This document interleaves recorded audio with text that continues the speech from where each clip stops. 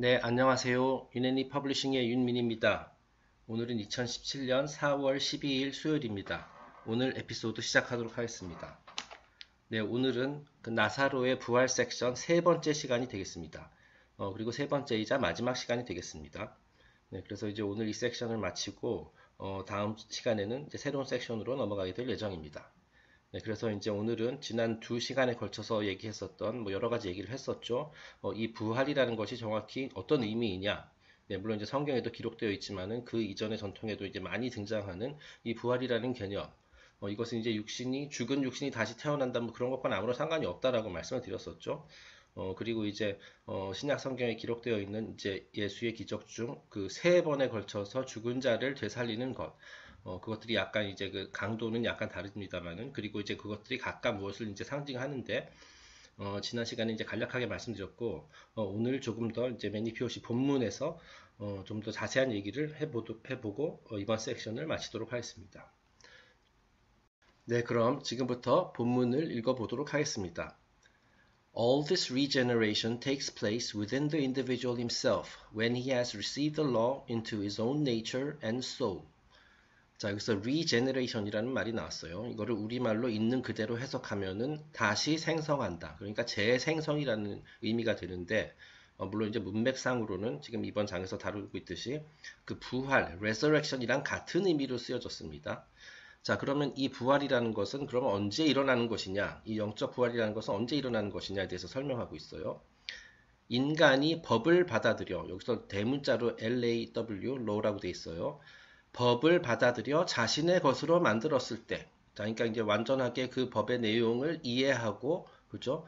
그리고 영혼으로 받아들였을 때, into his own nature and soul, 그죠? 나의 몸, 나의 일부로 이렇게 받아들였을 때, 그랬을 때 이러한 재생성 또는 재탄생, 부활, 이런 것들이 내면에서 이루어지게 되는 것이다라는 겁니다. 네, 그러니까 이제 겉으로 보기에는 아무런 변화가 없죠. 그죠? 하지만 내 내면에서 이 법이라는 것이 뭐냐면 결국 우주의 법칙, 자연의 법칙, 이런 것들 말하는 거예요. 그리고 이제 지난 시간에 얘기했었던 그 세 가지 질문에 대한 해답. 네, 그것을 내가 이제 이해하고, 나의 것으로 만들고 그거에 대해서 확신을 가지고 그거에 맞춰서 이제 살아가기 시작하겠다는 마음을 가지고 그죠? 그러고 나서 실제로 실천하기 시작했을 때 그때 내 내면에서 부활이 이루어지는 것이다. 그랬을 때 이제 두 번 태어난 자가 되는 것이다라는 거예요. 그죠? 자, 그러니까 뭐 겉으로는 별거 아닐 수도 있어요. 그죠? 겉으로 보기에는 아무런 변화가 없는 것처럼 보이지만은 그 이제 두 번 태어난 자의 그 마음 속에서는 이제 삶에 대한 관점, 시각이 바뀌게 되고 내가 왜 이 세상에 태어나는 것이고 내가 왜 이 세상에 와서 내 해야 할 일이 무엇이냐, 신의 계획이 무엇이냐. 이 신의 계획이라고 하니까 또 종교적인 색채가 있지만은 그렇다기보다도 이제 그 우주의 법, 자연의 법 그런 것들을 말하는 겁니다. 네, 그래서 이제 그런 다짐을 하고 이제 그렇게 살아가는 사람이 이제 두 번 태어난 자가 되는 겁니다. 네, 그런 겁니다. 그리고 그것이 뭐 구원이라고 할 수도 있는 거고 깨달음이라고 할 수 있는 거고 이렇게 다양한 형태로 이제 이렇게 표현을 할 수가 있어요. 네. 그리고 이제 무엇보다 이제 영혼의 실체, 그 인간의 나는 이 몸이 내가 아니고 나의 실체는 그 영혼이라는 것이구나. 내 안에 있는 그 무엇인가구나. 그리고 이 영혼이라는 것은 몸이 죽더라도 죽지 않으며, 다시 말해서 인간은, 나를 포함한 모든 인간은 영원 불멸의 존재다. 이제 몸은 계속 갈아입고 새로 태어나서 이제 하던 일을 이제 계속 하게 되지만은 내 영혼은 죽지 않는다. 예. 자, 그런데 이제 영혼이 죽지 않아서 그죠? 죽지 않아서 그냥 계속 이렇게 태어났다 죽고 태어났다 죽고 이거를 그냥 단순히 의미 없이 반복하는 것이 아니라 그 많은 삶을 통해서 내가 이제 과제를 수행을 해야 된다라는 거죠. 자, 그리고 그것이 바로 우주의 계획, 신의 계획의 일부이고 나도 거기에 참여하고 있는 것이다. 네, 그런 것을 이제 알게 되고 확신을 가지고 이제 따라서 실천하는 것, 그것이 이제 부활한 사람이에요. 그러한 부활한 사람의 마음가짐이자 이제 사고가 된다라는 겁니다. 네, 다음 문장 읽어보겠습니다. 뭐 지난번에 다 했던 얘기를 제가 또 리바이벌 하고 있는 것 같네요. 그죠? Jesus, the personification of wisdom, says in John 11:25, I am the resurrection and the life. He that believeth in me, though he were dead, yet shall he live. 자, 그래서 그 지혜를 의인화한 그 심볼이라 할 수 있는 예수가 요한복음 11장 25절에서 이렇게 얘기하고 있습니다. 예수께서 가라사대 나는 부활이요 생명이니 나를 믿는 자는 죽어도 살겠고, 그죠? 죽어도 살 수 있다라는 거예요. 그러니까 현재는 지금 죽은 상태. 물론 이제 몸이 죽었다는 얘기는 아니에요. 그죠? 여기서 죽었다라는 것은 몸이 죽었다는 얘기도 아니고, 이제 그 영혼이 뭐 죽었다는 얘기도 아니에요. 영혼이 죽을 수가 없죠. 하지만 잠자고 있는 또는 이제 깨어나지 않은 상태, 그런 걸 이제 죽었다라고 표현한 겁니다. 자, 지금은 그런 상태에 있다 하더라도 다시 살 수 있다. 부활할 수 있다. 예, 여기서 이제 또 오해의 소지가 이제 교회에서 이거를 이제 잘못 해석했다고 저는 생각을 하는데, 나를 믿는 자라고 되어 있는데요. 여기서 엄밀히 말하면 예수라는 개인, 인간을 믿는 그런 얘기가 아니라 그 가르침을 믿는 자, 그죠? 그거를 말하는 겁니다. 자, 그래서 이제 다음 블랙 포인트는 제가 썼어요. 자, 이 구절은 예수 그리스도만 믿으면 모든 것이 해결된다. 는 그런 교회에서 하는 그런 식의 설명하는 그런 의미가 아니라, 그 예수가 됐든 누가 됐든 간에 말이죠. 그 가르침, 그 지금까지 저희가 계속 다룬 영적 가르침, 그 내용을 이해하고 받아들이고 이에 맞춰 실천하는 삶을 시작할 때 죽은 자도 살아날 수 있다. 영적 부활이 이루어진다라는 의미예요. 이제 이게 성경이라는 것은 이제 기독교의 경전이고, 이제 특히 신약 성경은 이제 예수가 이제 구세주라는 캐릭터의 역할을 맡고 있기 때문에 여기서 이제 예수를 믿는 자라고 표현을 했지만은, 지난번에도 얘기했듯이 예수의 가르침이라는 것이 새로운 것이 아니라고 말씀을 드렸었죠. 그 예수 이전에 수백 수천 년 전부터도 계속 있었던 그 신비주의 전통 오컬트 그쪽에서 계속 전해져 내려온 같은 가르침이에요. 그리고 이제 기독교뿐만 아니라 다른 종교도 다 마찬가지고, 그 가르침의 내용이 중요한 거지, 그 가르침을 믿으라는 거예요. 그죠? 예. 사람을 믿으라는 게 아니라, 사람을 믿는다는 게 그게 완전히 종교에서 삐뚤어진 길로 가게 된 가장 큰 원인 중에 하나가 아닌가 싶습니다. 그 사람을 믿는 게 아니라 그 가르침을 따르는 게 중요한 건데 말이죠. 네. 근데 어쨌든 성경 구절은 이렇게 돼 있어요. 나를 믿는 자. 그러니까 저 사람만 믿고 따르면 되는구나. 이렇게 생각을 하는데, 그게 아니라 이 사람의 입을 통해서 나온 그 가르침을 따르라는 얘기예요.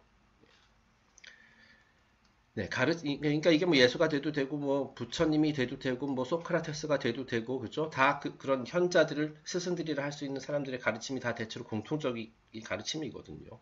그리고 이제 매니피오시도 이 책을 통해 가지고 그런 가르침들을 지금 요약하고 있는 것이고요. 네. 자, 가르침의 내용이 중요한 것이지 예수라는 개인과는 무관한 내용이다. 네, 그렇게 이제 이해하셨으면 좋겠습니다. 네, 다음 페이지로 넘어가겠습니다. The theology of Plato describes the state of unenlightened man as sleep. 자, 이제 플라톤의 신학, 플라톤의 이제 종교적 가르침이 또 있는데요. 그 플라톤 신학에 따르면, 자, 이제 깨달음을 얻지 못한 자, 이 깨달음이라는 것은 지금까지 얘기했었던 것들이 있죠. 예, 그런 것들을 내가 접하지도 못하고 이해하지도 못하고 받아들이지도 않은 상태, 그것을 이제 깨달음을 얻지 못한 자라고 표현한 거예요. 자, 그런 자는 사실상 자고 있는 상태와 다름이 없다. 자고 있는 상태. 예수가 이제 세 번의 기적 중에서, 그죠? 죽은 자를 살린 세 번의 기적 중에서 그 첫 번째 그 케이스, 그 사제의 딸, 그죠? 야이로의 딸. 예수가 그때 뭐라고 했습니까? 이 여자아이는 지금 죽은 것이 아니라 자고 있는 것이다. 라고 얘기를 했죠. 네, 그러니까 얼핏 겉으로 보기에 그 자세한 내막을 몰랐을 때는 자고 있는 게 꼭 죽어 있는 것처럼 보일 수도 있듯이, 그죠? 자고 있다라는 것은 죽음의 상태를 표현할 수 있는 하나의 뭐 심볼이라고도 볼 수도 있겠죠.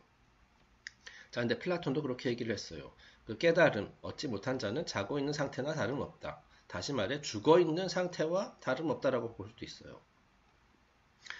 Though he lives in the material world, yet he sleeps, because his reason is not awakened, and he wanders as a dreamer in a world of reality, even as the wise man stands as a reality in a world of dreams.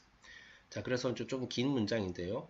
이제 그렇다면 깨달음을 얻은 자와 그 반대로 깨달음을 얻지 못해 자고 있는 자의 이제 차이점을 이렇게 설명을 하고 있는데, 자, 이제 자고 있는 자는 뭐냐면, 자, 물질 세상에서 살아가고는 있어요. 그죠? 누구나, 우리 모두가 그건 다 공통점이죠. 자, 하지만 사실상 자고 있는 것이나 다름없다. 이게 이제 생명은 있지만, 그러니까 그 생체학적으로 생명은 있지만 사실상 자고 있는 것이나 다름없다. 뭐 움직이기도 해요. 그죠? 하지만 이제 내가 왜 살아가는지, 그 삶의 목적이 무엇인지, 내가 왜 이 세상에 왜 태어났는지를 모르고 있기 때문에 이거는 사실 자는 자나 다름이 없다. 예. 왜냐? 이성이 깨어나지, 이제 플라톤은 이제 또 철학자니까 이성이라는 말을 썼네요. 그죠? reason.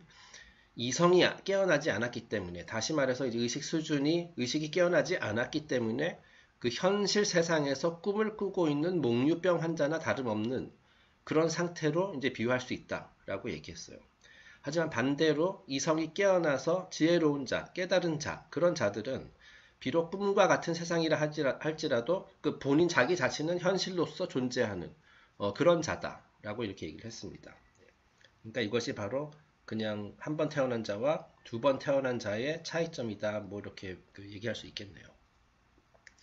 자, such was the sleeping state of the daughter of Jairus. 그 야이로의 딸은 바로 이와 같이 잠든 상태에 있는 인간을 상징하는 것이다. 네, 그렇습니다. 자, 그러니까 이제 그 뭐 육체적으로 살아 있지만은 사실 그 어떤 별 생각 없이, 그죠? 내가 왜 존재하는지, 뭐 살아가는지 그런 이유를 모르고 삶의 목적 의식이 없기 때문에 그걸 잠든 상태로 표현한 거고, 그리스도가 그 상태에 있었던 그 딸을 깨웠다라는 거예요. 네, 그러니까 그래서 이제 깨웠다는 것을 이제 깨우치게 해줬다, 그죠? 깨우치다. 그 말도 비슷하잖아요, 그죠? 예, 그런 의미가 되는 겁니다. 잠든 상태에 있는 사람을 깨워줬다. 그래가지고 이제 우리에게 익숙한 그런 많은 그 동화에서도 이런 테마가 많이 나옵니다. 뭐 예를 들어서 백설공주라든지 뭐 잠자는 숲속의 공주라든지, 자, 이런 것들 전부 다 공주가 잠든 상태에 있다가 키스를 받고 깨어나죠. 네, 이거 다 같은 그 테마에서 나온 그런 이야기들이에요. 제가 요즘 최근 들어서 이런 동화라든지 우화 이런 것들에 되게 많은 관심을 갖게 됐거든요. 그것도 아마 제가 이번 성경 연재 이걸 심볼리즘을 하면서 이게 이런 그 우리가 알고 있는 그 여러 가지 유명한 동화라든지 우화 그리고 신화 이런 것들의 그런 이야기들이, 뭐 특히 동화 같은 것은 그냥 애들이나 보는 것 뭐 이렇게 이제 생각을 많이 할 수 있지만은 굉장히 그 안에 심오한 그 메시지가 담겨 있다라는 거를 계속 새삼 깨닫게 되더라고요. 네. 그래서 앞으로도 그런 쪽도 좀 많이 공부를 해볼 생각이고요. 그리고 이제 또, 뭐, 전에도 얘기했지만은, 뭐, 영화 중에서도 뭐 그런 것들이 많이 있는 것 같습니다. 네. 네, 그래서 어쨌든, 그 야이로의 딸을 깨워놨다라는 것, 그것은 뭐냐면은 이제 자고 있는 사람을 깨우는 거다. 네, 잠들어 있는 의식이 아직 깨어나지 않은 상태의 사람을 이렇게 깨운다는 그런 의미다. 라는 겁니다. 네, 다음 페이지 넘어가겠습니다. The man of Nain, the son of the widow, a symbol carried over from the Egyptian rite of Osiris, is more completely dead, the body having been prepared for burial. 자, 그 다음에 이제 두 번째 기적 있죠. 그 과부의 아들. 이제 여기서 이제 과부의 아들이라고 되어 있는데, 이제 이집트의 오시리스 신화에서 따온 모티프라고 이렇게 괄호로 되어 있네요. 자, 그러니까 뭐냐면 이시스 여신도, 오시리스의 부인인 이시스 여신도 과부죠. 그죠? 그리고 이제 과부 상태에서 낳은 아이가 이제 호루스가 되는 거고, 그래서 이제 그 모티프 여기서 따왔다. 그리고 이제 뭐 프리메이슨에 등장하는 히람 아비프도 이제 과부의 아들이라고 이제 표현이 되고요. 네. 어쨌든 이 과부의 아들은 그 야이로의 딸에 비해서 이제 죽은 지 많은 시간이 경과된 상태라고 했었죠. 그래서 이제 죽은 지 꽤 됐고 이제 장례를 치르기 위해서 이제 염까지 해놓은 염까지 마쳤던 그런 상태입니다. 자, 그러니까 이제 단순히 이게 잠을 자고 있었던 그 야이로의 딸에 비해서 훨씬 더 심각한 상황에 빠져 있는 그런 인간을 상징하는 거예요. 이 그 과부의 아들, 그 나인의 아들, 나인 지역의 그 젊은이는. 그래서 materiality and illusion have dominated the purpose of life. The soul is obscured and defeated by its material part so that it is truly ready for the oblivion of the tomb. 자, 그래서 이 두 번째 기적을 이제 매니표신이 이렇게 설명하고 있습니다. 그 상징하는 바가 무엇이냐. 자, 그 나인의 그 젊은이는 물질 만능주의와 허상이 삶의 목적을 지배하고 있는 상태예요. 네, 그러니까 이제 첫 번째 야이로의 딸보다 더 심각한 거죠. 그 야이로의 딸은 그 무지 상태를 상징하고 있는 거거든요. 내가 이제 뭘 해야 될지 모르겠다. 내가 왜 살아야 되지? 뭘 위해서 살아야 되는지 모르겠다. 이런 상태를 의미하는 거고, 이 사람은 이 물질 만능주의와 허상이 그의 삶을 지배하고 있어요. 자, 그러니까 이 사람은 나는 물질 만능주의를 위해 살아야겠다. 이 허상이라는 건 내 실컷 즐겨야 되겠다. 그런 쪽으로 이미 조금 더 깊이 무지 상태에 있다 그런 쪽으로 더 빠진 상태입니다. 그것이 삶의 목적이 되어버린 그런 사람이에요. 자, 그렇기 때문에 이것을 이제 달리 표현하면은, 자, 인간의 혼은 뒷전이 되어버리고 이제 오로지 육신, 그죠? 물질 이런 것을 위해서 살아간다는 뜻이에요. 그래서 이렇게 표현했네요. 혼이 물질에 굴복한 상태다. 네. 자, 그렇기 때문에 이제 사실상 묘에 묻혀야 하는 것이다. 그 묘에 묻혀야 하는 그런 신세 지경까지 온 사람이다. 라고 이렇게 표현을 한 거예요. 자, 왜냐면은 육신은 살아있더라도 이제 혼이 저렇게 이제 뒷전으로 서져가지고 이제 냉대를 받고 이제 굶게 되면은 사실 그게 인간이 죽은 거라고 할 수 있는 거거든요. 네. 왜냐면 제가 여러 차례 얘기했듯이 인간은 우리가 갖고 있는 몸이 인간이 아니라 그 안에 있는 혼이 그 인간인, 그 진짜 인간의 실체인데 혼을 굶기고 있는 거나 다름없다라는 거죠. 네. 몸은 계속 밥을 주지만 혼에게는 양식을 주지 않는 그런 상태. 자, 그러니까 이제 묘에 묻히는 일밖에 남지 않았다. 네, 그러니까 이제 이 젊은이가 이제 그 장례식을 치르기 위해서 이렇게 운구 행렬이 있었던 거죠. 네.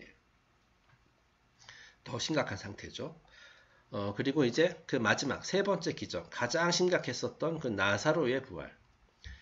Lazarus has lain for 4 days in the sepulchre of the vault.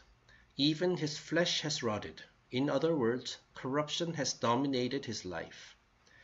자, 이제 나사로는 이미 그 장사한 지 벌써 4일이나 지난, 그죠? 그래가지고 이제 시신이 이제 부패하기 시작하고 썩기 시작해서 막 악취까지 풍기는 그런 상태였다고 그랬잖아요. 자, 4일 동안 관에 누워있던 나사로는 육신까지 부패하고 있는 상태였다. 자, 이것이 무슨 말이냐면은 이거는 이제 물질 만능주의와 허상에 대한 집착의 정도를 넘어서서 그쪽에 너무 빠져버려가지고 삶이 부패하기 시작했다는 뜻이에요. 부패가 그의 삶을 지배했던 것이다. 네, 그런 상태를 말하는 거예요. 자, 그러니까 이제 다시 한번 정리하자라면은 그 야이로의 딸은 무지, 그리고 이제 과부의 아들, 나인 지역의 과부의 아들은 물질 만능주의에 빠진 거고, 그리고 나사로는 그 두 가지 단계에 이미 넘어서가지고 완전히 이제 삶이 썩어 문드러진 그런 상태까지 갔다라는 거예요. 그러니까 셋 다 진짜 뭐 우울한 상태죠. 네, 그렇다고 볼 수 있어요. 자, 그런데 그 모든 세 가지 이제 케이스마다 이제 예수가 기적을 행하게 되는 거죠. 전부 다 깨어나게 해요. 진짜로 가망이 없어 보이는, 그죠? 나사로마저도. 네. 다음 페이지 한번 읽어보겠습니다. In each of these three cases, the power of truth makes the body whole. 자, 이 세 가지 사례 모두 진리의 힘. 결국 다시 얘기하지만 예수가 진리, 빛, 지혜 이런 걸 상징하잖아요. 그죠? 진리의 힘을 통해 육신이 다시 온전하게 되었다는 공통점을 가지고 있어요. 자, 물론 이제 이제 스토리상으로는 이제 복음서에 등장하는 우화상으로는 이제 전부 다 이제 육신이 부활한 거로 돼 있지만은 그 진짜로는 그 육신의 부활이 아니라고 말씀드렸었죠. 그래가지고 제가 괄호 안에다 이렇게 썼습니다. 여기서 이제 육신이 다시 온전하게 되었다라고 돼 있는데 이것은 죽은 육신이 다시 살아났다는 의미가 아니라 육신과 의식이 균형을 이룬 정상 상태로 돌아왔다라는 의미예요. 네. 그러니까 무지했었던 야이로에게는 어떤 말하자면 지혜가 이제 전해진 거고 그렇게 함으로써 이제 깨어난 것이고요. 그 다음에 이제 물질 만능주의, 허상 이런 거에서 빠져 들어 있었던 그 이제 나인의 젊은이, 그 과부의 아들, 그 아들에게도 그 아들은 어떻게 표현이 됐었죠? 이제 혼은 뒷전이고, 그죠? 육신의 쾌락 또는 뭐 물질적인 것을 위해서 살아가는데 거기에다가 이제 다시 혼을 되살려주는, 그죠? 혼도 중요하다. 물질뿐만 아니라 그렇게 해가지고 다시 균형을 이뤘다. 뭐 이런 의미가 되는 겁니다. 그럼 뭐 이제 나사로도 진짜로 이제 그 구제불능 상태까지 간 뭐 그런 상태이지만은 그러한 경우조차도 이 진리의 힘을 통해서 다시 온전하게 만들 수 있다. 그러니까 아무리 가망이 없는 사람이라 하더라도 그죠? 이제 그 진리의 빛, 지혜의 빛 이런 것이 이제 제대로 그것을 이제 전달이 되고 본인이 그것을 받아들이고 나면은 부활할 수 있다는 뜻이에요. 누구나 두 번 태어난 자가 될 수 있다는 뜻이에요. 우리 주변에도 많이 보이죠? 절대로 그럴 수 없을 것 같은 사람들. 네, 뭐 실제로 그렇게 되지 않을 가능성이 매우 높죠. 네, 하지만 가능을 하다라는 거예요. 매우 어렵고 가능성은 매우 희박하지만은 가능은 하다. 이번 삶이 아니면 뭐 다음 생에서라든 또는 한 100번 더 환생한 후가 되었든 간에 가능하다라는 겁니다. 네, 그래서 어디까지 했죠? 여기 할 차례죠? 예. 다음 문장입니다. One who sleeps, he who is dead, and he who is buried, all are brought back to life. Life here represents a condition of spiritual awareness. 자, 그래서 잠들어 있던 자, 죽었던 자, 그리고 이제 땅에 묻혀가지고 이제 썩어 문드러지기 시작한 자, 이 세 가지 유형의 인간들 모두 생명을 되찾았다. 자, 근데 여기서 말하는 생명은 뭐 다시 얘기하지만 육신 뭐 그걸 말하는 것이 아니라 여기서 보면은 뭐라고 돼 있어요? spiritual awareness.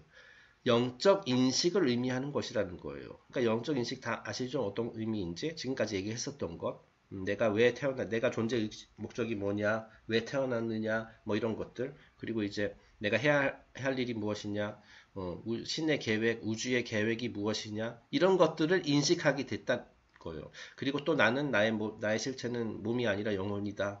내 안에 있는 그 영혼은 영생을 하는 속성을 가지고 있다. 그래서 그 기간 동안은 내가 이런 거를 해야 된다. 그런 것들을 인식했다라는 의미예요. 자, 그 인식했을 때 다시 진짜 생명이 주어진다. 뭐 이런 얘기예요. 육신의 생명이 뿐만 아니라.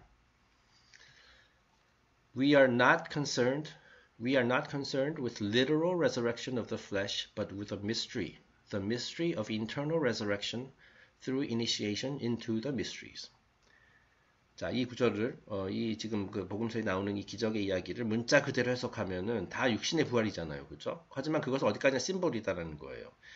육신의 부활로 여겨질 수 있지만 여기서 말하는 부활의 진짜 의미는 어떤 신비주의 입문을 통해, 자, 그러니까 우리가 지금 하고 있는 것과 같은 이런 공부 있죠?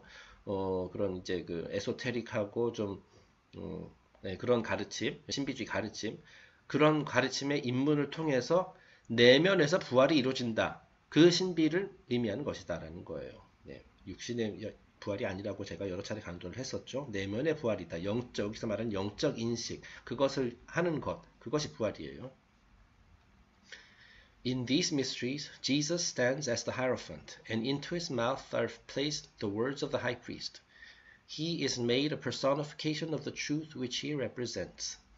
자, 그리고 이 신비스러운 이야기, 다시 말해 복음서에 등장하는 예수의 기적, 그 우화, 그 이야기에서 예수는 이제 법황의 역할을 하고 있는 겁니다. 여기서 이제 하이로판트 법황이라고 했는데 그 신비주의 학교의 그 마스터라고 보시면 돼요. 교장 선생님 같은, 또는 이제 뭐 대학교에서 뭐라 그러죠? 총장 같은 뭐 그런 역할을 하고 있는 것이고, 그러니까 그의 입을 통해 입문자들을 위한 대사제들의 메시지가 흘러나오게 된다. 이것이 뭐겠어요? 결국 예수의 가르침을 말하는 겁니다. 예수라는 캐릭터를 통해 가지고 이런 신비주의의 가르침을 이렇게 전하고 있는 거예요.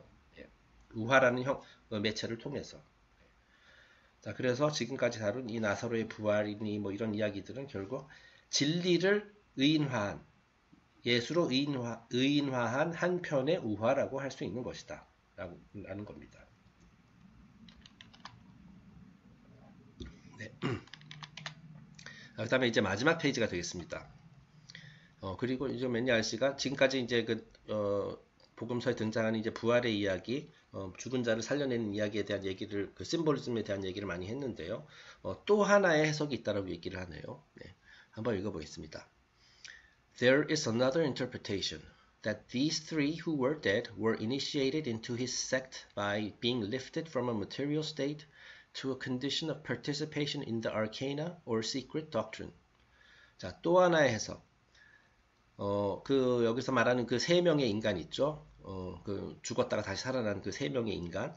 그들은 예수의 가르침에 입문하고자 했던 세 명의 인간이 물질에 속박된 상태에서 부활하여, 그렇죠? 영적으로 부활하여, 영적 인식을 통해서 부활하여, 비밀 지식을 접하고 이에 참여하는 상태로 진입함을 상징하는 것. 자, 그러니까 일종의 입문식이라고 볼 수도 있다라는 거예요. 입문식이다. 자, 그러니까 이 세 명, 야이로의 딸, 과부의 아들, 그리고 나사로, 이 사람들이 전부 다 지금까지는 뭐 영적인 거에 대해서 전혀 관심 없이 그냥 뭐 물질적인 거를 탐하고, 그리고 내가 어디로 가는지도 모르면서 이렇게 좀 개념 없이 살다가 입문을 하겠다는, 내가 계속 이렇게 살아서는 안 되겠다. 내가 이제 이 세상에서는 그 뭐 물질적인 것 외에도 더 중요한 것이 있다. 그런 것들을 이제 느끼고 나서 이제 입문을 하고자, 이 신비주의 가르침에 입문을 하고자 이제 지원하는 일종의 그 초보자들이라고 볼 수도 있다라는 거예요. 자, 그래서 물론 그리고 이제 예수는 이 스토리에서 이제 그 신비주의 학교의 마스터가 돼가지고 신입생들을 받는 뭐 그런 이제 스승 역할을 하게 되는 것이고 그런 의미로 볼 수도 있다라는 겁니다. 자, in certain secret orders, it is preserved to this day that the neophyte, 여기서 neophyte가 이제 신규 이제 가입자 또는 이제 초보자를 말하는 거예요. The neophyte is regarded as one dead, and that he is brought to life by the master of the temple.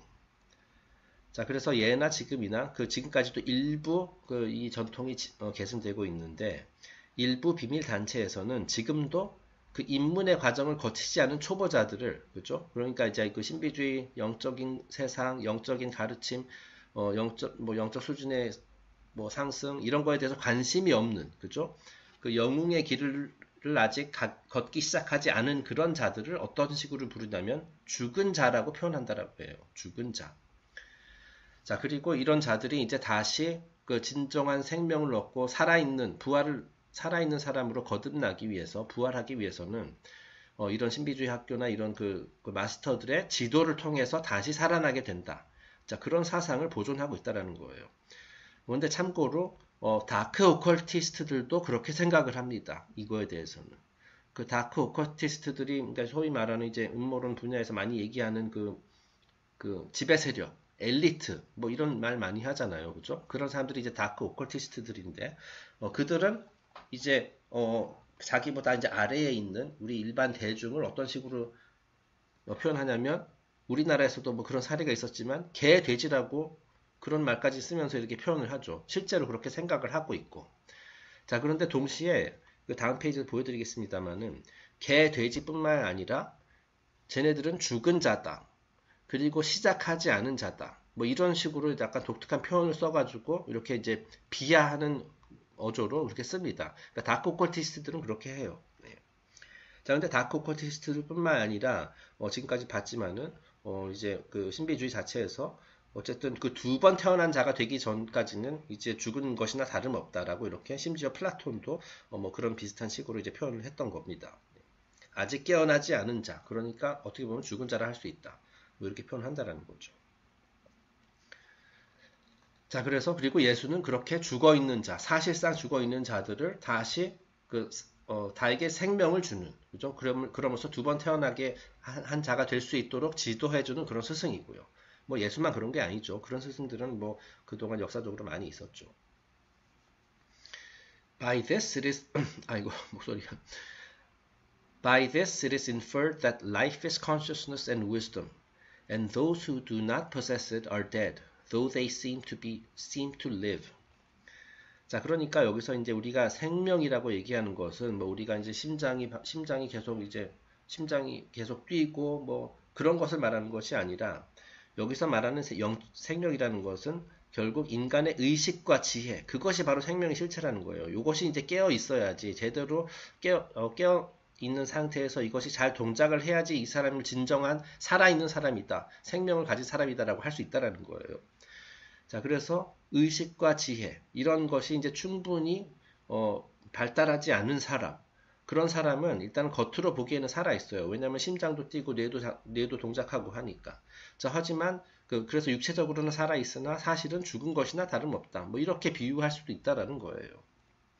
자, 그렇기 때문에 깨어나라, 깨어나라. 뭐 음모론 분야에서도 깨어나야 된다 이런 얘기 많이 하잖아요. 그죠? 그런 의미입니다. 자, wisdom bestows immortality upon internal consciousness. 자, 이 지혜라는 것은 우리의 내면의 의식에 불멸을 선사한다. 불멸의 속성을 선사한다. 그러니까 우리가 이제 지혜로운 사람이 되게 되면은 이제 왜 우주가 왜 탄생했는지, 우리 인간이라는 게 왜 탄생했는지, 그리고 이제 영혼이라는 것의 실체를 알게 되어서 내가 불멸의 존재라는 것을 비로소 그때 알게 돼요. 네, 사실 모른다 하더라도 불멸의 존재이긴 하지만은 아는 것과 모르는 건 다르죠. 내가 이제 불멸의 존재다 라고 생각하는 사람은 삶에 대한 관점이 완전히 다르게 됩니다. 네. 그래서 이번 삶이 끝이 아니고 내 다음 삶도 있고 다다음 삶도 있고 이런 것을 확실하게 알고 있는 사람, 그리고 이제 그것을 받아들인 사람은 그것에 맞춰서 행동을 하게 되고 인간은 불멸의 존재가 아니라 그냥 몸이 죽으면 모든 게 끝난다 라고 생각하는 사람은 삶을 바라보는 시각과 관점이 완전히 달라지게 되죠. 뭐 예를 들어서 뭐 사람마다 다르겠습니다만은 아 그래 그러면 사는 게 의미가 없구나 그냥 지금 고통스러운데 그냥 죽자 이렇게 될 수도 있는 거고 또는 내가 이거 어차피 한 번 사는 거니 한 번 사는 인생인데 내가 이번 삶에서 뭐 누릴 거 다 누리기 위해서 내가 뭐 모든 걸 다 하겠다 뭐 사기를 칠 수도 있는 거고 그죠? 예. 뭐 그런 식으로 그런 식의 마음가짐을 가지게 될 수도 있는 거고 네, 그런 사람들은 진짜로 죽어 있는 사람들이다 라고 할 수가 있죠. 왜냐하면 실제로 자기가 이제 죽은 사람이라고 생각하는 거나 다름없기 때문에. 자, 왜냐면은 그 뭐 몇십 년 후에는 그죠? 아무리 내가 이제 좋은 거 많이 먹고 해도 몇십 년 후에는 반드시 누구나 다 죽잖아요. 그죠? 죽는 거를 죽으면 끝이다라고 생각하는 거는 죽은 사람이나 다름없어요. 그죠? 예. 육신 그리고 물질이 전부라고 생각하는 것은 죽은 자나 다름없다. 뭐 이렇게 해석할 수도 있겠네요. 자, Immortality is not continuance in one body, but the continuance of consciousness through many bodies. 자, 그래서 여기서 매니아씨도 이 얘기를 하고 있네요. 불멸이라 하는 것은 몸이 영원히 죽지 않는다는 것이 아니라, 네, 그건 말이 안 된다고 여러 번 말씀드렸죠. 여러 개의 몸을 통해 의식이 계속 영원히 지속된다라는 것을 의미한다라는 거예요. 여기서 나오죠. Continuance of consciousness. 의식이 지속된다. Through many bodies. 여러 개의 몸을 통해. 자, 그러니까 이번 몸이 이제 수명을 다하면은 다음번엔 또 새로운 몸, 그 다음번엔 또 새로운 몸, 이런 식으로 해서 영원히 지속된다라는 거예요. 자, 그리고 이제 우리가 계속해서 이렇게 몸을 가지고 이 힘든 물질 세상에 오는 것에도 다 이유가 있다라는 거죠. 그 물질 세상에서 우리가 풀어야 할 과제들 그런 것들을 풀기 위해서 뭐 그건 뭐 이제 사람마다 다 다릅니다. 구체적으로는 그죠? 나의 단점, 내가 이제 아직 뭐 지난 삶에서 여태까지 오랫동안 환생하면서 내가 극복하지 못한 것들, 나의 단점들 그런 것들을 극복하고 그죠? 그리고 이제 그런 식으로 모든 사람들이 이제 조금씩 성장을 하게 되면 이 세상도 이 지금 병들어 있다고 할 수 있는 그 세상도 이제 치유할 수 있는 것이고, 그죠? 네, 그런 겁니다. 그런 걸 말하는 거예요. 자, 그러니까 여기서 제가 괄호 안에 썼는데, 이 오컬트 가르침, 신비주의 가르침은 기본적으로 이 환생이라는 것을 이제 전제로 하고 있다라고 이렇게 저는 생각이 됩니다.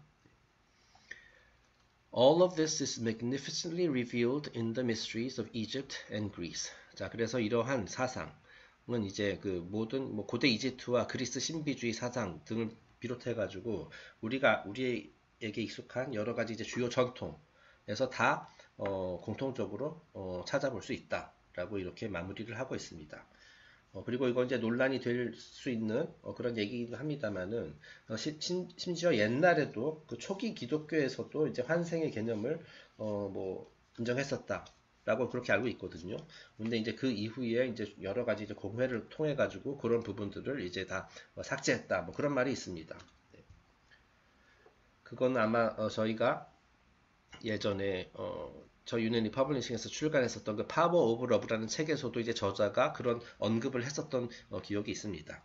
그러니까 이제 그 환생이라는 개념이 뭐 기독교에서는 지금 오늘날의 기독교에서 인정 안 하거든요. 한 번 죽으면 끝이다. 네, 그죠? 지옥을 가든 천국을 가든 둘 중 하나고 뭐 천국에 가면은 뭐 영원히 아주 좋은 곳에서 사는 거고 그죠? 뭐 이렇게 하프 연주하면서 그리고 이제 둥둥 하늘 둥둥 떠다니면서 그리고 이제 잘못 살면 지옥 가서 영원히 그 뜨거운 불구덩이에서 이제 몸이 타들어가는 고통을 느낀다. 뭐, 그렇게 하는 걸로 알고 있는데, 원래는 아니었답니다. 네. 네, 그거에 대해서는 진짜로 그 찬반론이 많아요. 제가 방금 한 말이 그 말이 사실이냐 거짓이냐 뭐 그거에 대해서 그렇기 때문에 저도 이제 뭐 이거 확실하다라고 얘기까지는 안 하겠습니다만은 제가 알기로 그렇습니다. 그리고 이제 그 기독교라는 종교 사상도 그 이전의 전통으로부터 많은 영향을 받은 것이기 때문에 거기도 또 있는 게 정상일 것 같아요. 환생의 개념이 원래는 있어야 하는 게 정상일 것 같아요. 제 생각에는. 네, 어쨌든 이상으로서 그 나사로의 부활 세 번에 걸쳐서 진행을 해봤고요. 다음 섹션은 이제 또 기적에 대한 얘기입니다. 그래서 그 제목이 기적의 어획량이라는 겁니다. 이것도 역시 유명한 얘기인데요. 그 사람을 낚는 어부가 되어라. 뭐 이런 말 기억하시죠? 그래서 이제 예수가 이제 몇몇 어부들과 함께 이제 바다로 나갔는데 이제 어부들이 이제 고기를 하루 종일 이제 그물을 여기저기 쳐봐도 이제 그 하나도 물고기를 못 잡았거든요. 그런데 이제 예수가 이쪽에도 한번 해봐라 했더니 그냥 엄청나게 많이 잡혔다. 뭐 물고기가 말이죠. 하여튼 그런 얘기가 있는데 다음 섹션부터 다음 시간부터 그 섹션을 진행하도록 하겠습니다. 그러면 오늘 영상은 여기서 마치도록 하고 다음에 또 뵙겠습니다. 감사합니다.